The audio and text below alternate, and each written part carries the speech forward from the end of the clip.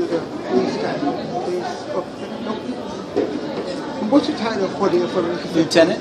Oh, LT 40.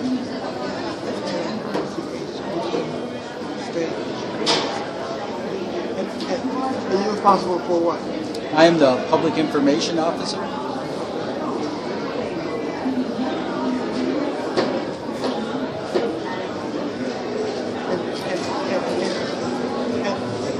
And you also help with the motorcycle program. Yep. So I do the motorcycles, the HST team, which is the drug interdiction team on the freeway, and then also, but my main job is to work with the media and to talk about MSP and current issues, and to kind of use the media to speak with the public as far as what's going on in Michigan and in the Detroit area. Okay, and because the deaf community, and what do you think the Michigan State Police can do to reach out to the deaf community? So I think programs like this is absolutely one way to reach out as well. There's a lot of print media as well. We also do a lot of things for groups that help the deaf community, so we can kind of talk about traffic stops, what happens, what you should have as far as, maybe a card saying that you're hearing impaired. And then also we talk to our troopers in their recruit school about what to do if you come across somebody that may be having that card or may be hard of hearing or even deaf, where you can kind of work your way through that traffic stop. So they know they know that person is deaf, that person is hard. So when they see a person do this, I mean that it could be deaf or hard. And do you think it's important for all the officers to learn sign language?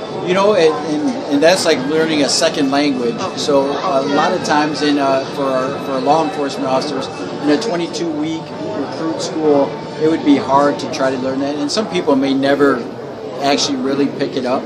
So we do offer cards to our troopers that they carry around in their patrol cars that kind of give them certain things. And then sometimes, we just go back to the basics and write on a notebook or, point or show my own license or things like that to kind of help. But it's always important for somebody not to be concerned with, talking to the police when you're part of the deaf community, just to let us know. And then, we will do everything we can. And we do have access to people that know sign language, or interpreters, things like that, to kind of help in that process.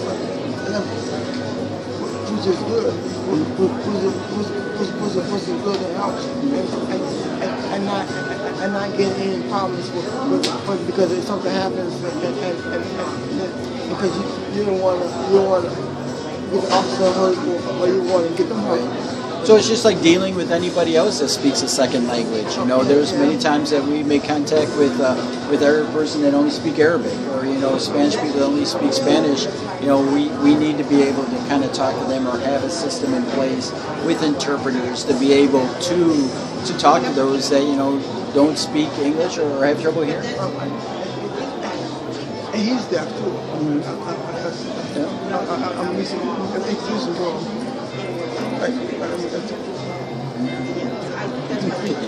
He's waving to you. Yeah. He's computer.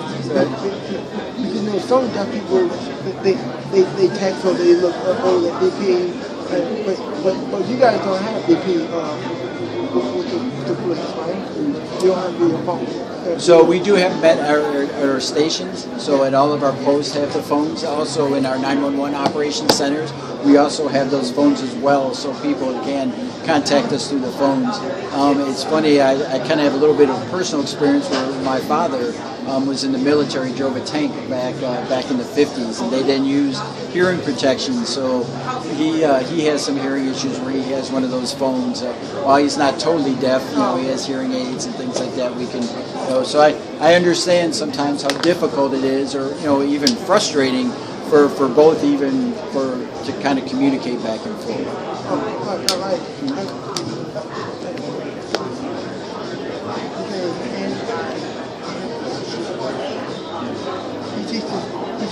sign language class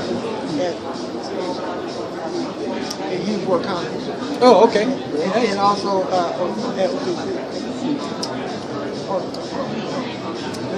Moving forward. Very good. And then we had some officers that came, they want to learn sign language. And we told them that they can take classes with him, they can go for classes, and they can learn sign language. And they say, because that really helps them. It Yes. really helps them so they can, so you know what happens if they come across a deaf person. Right. So the officer won't get frustrated or the person won't get frustrated. But I'm like, I can't talk, I can't think. But do you have any officers that know like hard of hearing? So for us, we have to have a certain hearing age, just because it would be tough to do my job unless you're at a certain hearing age. We do have some that have some hearing aids, or some of our older officers that do have that. But to first initially get into the department, you have to have some pretty good hearing, just because of everything that's going on. And we've even learned through our experience and our history, it was a while ago, that we didn't use hearing protection and use stuff with the older officers. So now, we're a lot better at that on the gun ranges and making sure people wear that to protect their hearing as well. That's so true. Because before they had TTY, right. But now they got the DP now. Yeah. Because it actually changed. And it's really, and now people they can really communicate and help them communicate easier. Right.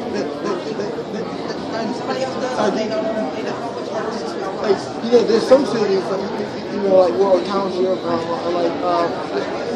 like Novi Township, but there's many deaf people there, and I noticed that some of the MFP officers, they don't know how to react to switches, but they some of them kind of like they just take the notepad and they go back and forth. Right. Like,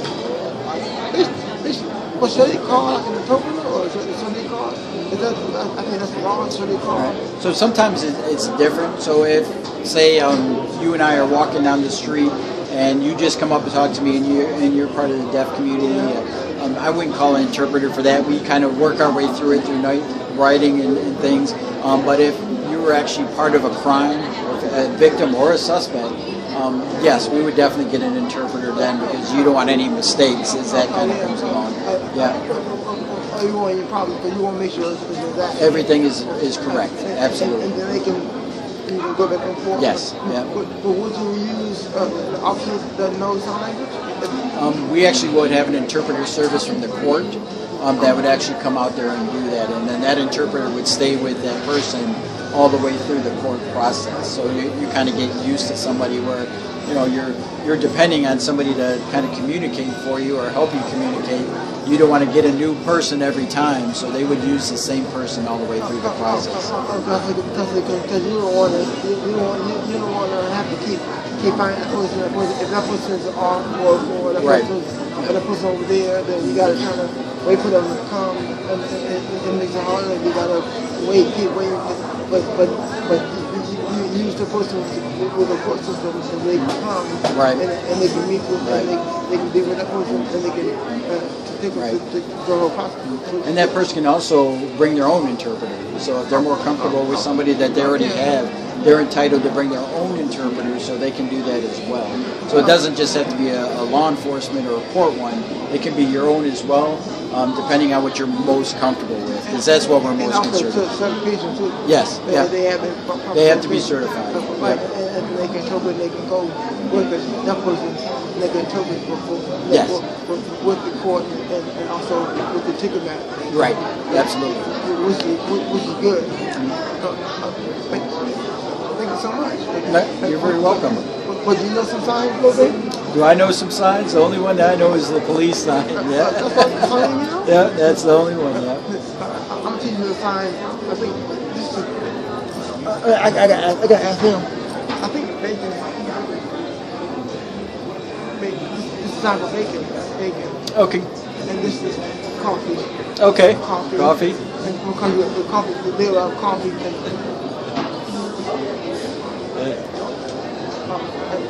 just donut. Donut, yeah, and that's what I knew. I could pick out donut right away. So, So you guys love coffee, coffee and donuts. There you go. And then this is drink, and this is food, and then this is mom, dad. Yeah. Anything up here is like male, Right. everything down is like female. Female.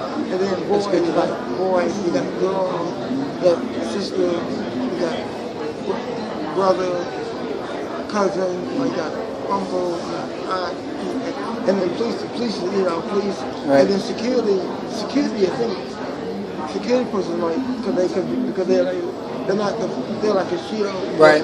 That's Right. security, but yeah, that's police. That's police. Or you can go MSP, of course you can go MSP, you can do that too, but that's the license plate. Yeah.